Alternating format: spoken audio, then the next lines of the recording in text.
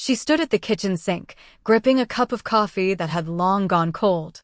Outside, rain fell, the kind that hadn't stopped for 3 straight days, as if the sky itself couldn't hold back its tears. But Ellen wasn't crying. She hadn't cried in a long time. Instead, something hard and cold was growing inside her chest, something sharp, silent, and promising pain. Not for her. For him.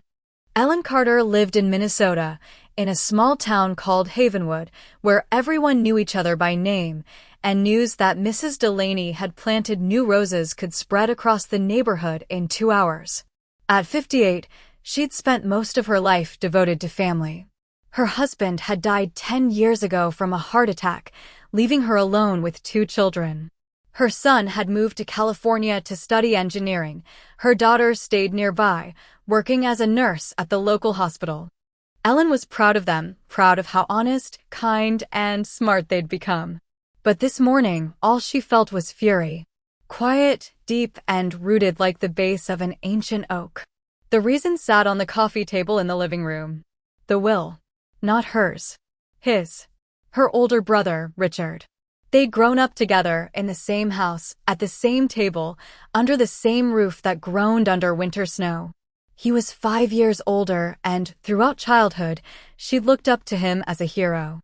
He defended her from bullies, taught her to ride a bike, brought her ice cream when she cried after fights with friends. But then something changed. At first subtly, glances filled with irritation, words spoken through clenched teeth. Then came open hostility. It started with their parents' house. When their mother died, their father had already left. He'd walked out for another woman back in the 90s. The house sat empty. Richard suggested selling it and splitting the money evenly. Ellen agreed. But when it came time to sign the papers, she discovered the house was already in his name. "You knew I lived closer," he'd said, avoiding her eyes. "I handled everything. You've got your kids to worry about." She stayed silent. Didn't want to fight. Thought, he's my brother. He wouldn't. But he did. Years passed. They barely spoke, only rare holiday calls, stiff greetings, polite smiles at family funerals. Ellen tried not to think about him. But now he was dead. Suddenly. A stroke. And he'd left a will. She received a copy from the lawyer. Read it. Reread it. Then sat in a chair for 2 hours, unmoving, staring at the wall. Everything he owned, the suburban house, his savings, the vintage watch collection he'd spent 30 years assembling, went to his nephew. The one Ellen had never seen. The one she didn't even know existed. Because she had no nephews. "You're sure he didn't mean your son?" asked her daughter, Lisa, when Ellen came over that evening, trembling with rage. "No," Ellen replied. "The will clearly states, to my nephew, Jason Miller. No mention of my son. Not even my name. Not a word." Lisa frowned. "Could it be a mistake?" "There's no mistake when you've rewritten your will 3 times, Ellen said quietly. "The lawyer told me the latest version was finalized last month, just a week before he died." She fell silent, gazing out the window. A car's headlights flashed past on the wet road. "He knew he was dying," Ellen whispered. "And he made sure I got nothing. Not the house, not the money, not even the watches we picked out together as kids." "But why?" Lisa asked. "What happened between you?" Ellen didn't answer right away. "Because the truth was too humiliating. Because I refused to lie for him," she finally said. 2 years earlier, Richard had asked her to confirm she'd seen his neighbor crash into his car. In reality, Richard had swerved into oncoming traffic trying to pass a truck. The insurance company launched an investigation. He knew he'd lose his coverage and possibly his license. So he called Ellen. "Just say you saw him cross into your lane. You lived nearby back then, you were there." She refused. "You're my sister," he'd shouted over the phone. "That's exactly why I won't lie," she'd replied. After that, he never called again. And now this. The will. Jason Miller. Who is he? Where did he come from? Why him? The next day, Ellen drove to the public library. In the local newspaper archives, she found something, a 2019 article titled "Local Businessman Richard Carter Sponsors Young Minneapolis Artist." Beneath it, a photo of a smiling Richard beside a man in his mid-20s. Caption: Jason Miller and his patron. She printed the article, returned home, and searched online.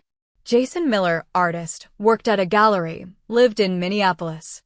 He had an Instagram account, paintings, coffee, a dog, travel photos. And one picture, him with Richard on a porch. Caption: Thank you for everything, Uncle Rich. Uncle Rich. Ellen's heart clenched not with sorrow, but with understanding.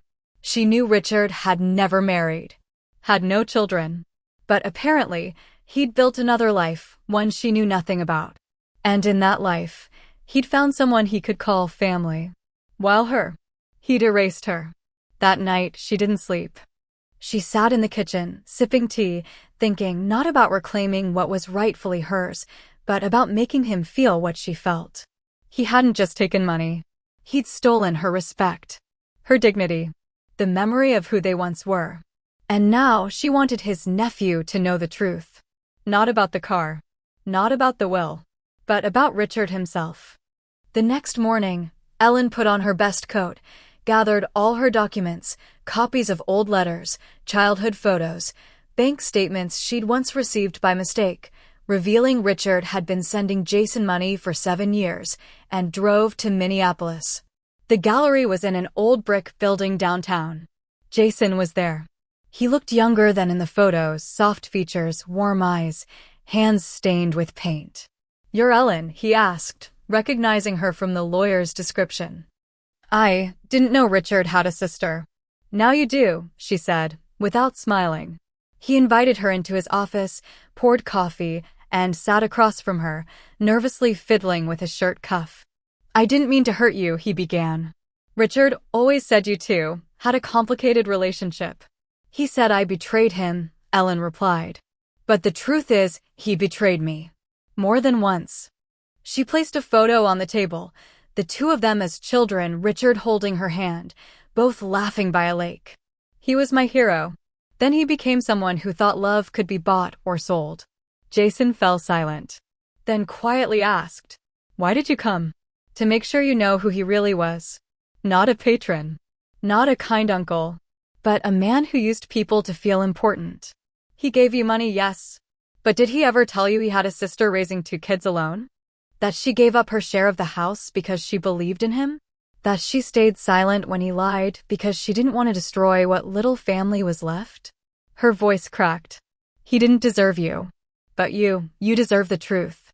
Jason looked down, then walked to the window. "He wasn't perfect," he said. "But he was kind to me when no one else was. I grew up in foster care. I had no family. And he just showed up at my art show one day and said, 'You're talented. Let me help.'" He turned back. "I didn't know about you. Honestly." Ellen studied him, and suddenly understood. He wasn't the enemy. He was another victim. "I don't want to take your inheritance," she said. "I just want you to know, he wasn't a saint. And you don't owe guilt for what he did to me." She stood. "But if you decide to leave me the watches, the ones from his living room, I'll take that as a gesture of respect. Not to him. To me." A week later, Jason sent a box. Inside, the vintage timepiece with a brass face and an inscription on the back, "To my brother Richard, from your sister Ellen. With love. 1987. She placed it on the mantel. Every morning, as she brewed coffee, she'd look at it and listen to its ticking. Not as a reminder of pain, but as proof that truth always finds its way out. Revenge isn't always about destruction. Sometimes, it's simply about being heard, seen, acknowledged. Ellen wasn't angry anymore. She just lived. And she knew her story wasn't over. It was just beginning.